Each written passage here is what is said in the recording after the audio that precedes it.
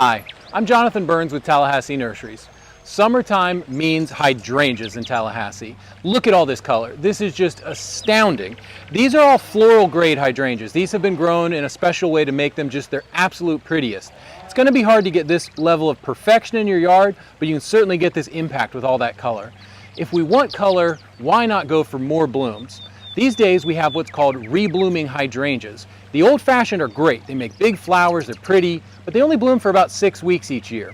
The rebloomers can bloom for 4 or 5 months. That's incredible. That's so many more flowers. So when you come in this summer to get your hydrangeas to make your yard the most beautiful spot in the neighborhood, be sure to look for reblooming hydrangeas. The Endless Summer series is a great choice, but there's all kinds of other options out on the market now as well. Choose from any color in the hydrangea spectrum: white, pink, purple, blue, and make sure to get those ones that are going to give you flower after flower after flower. You're really going to be glad you put those in.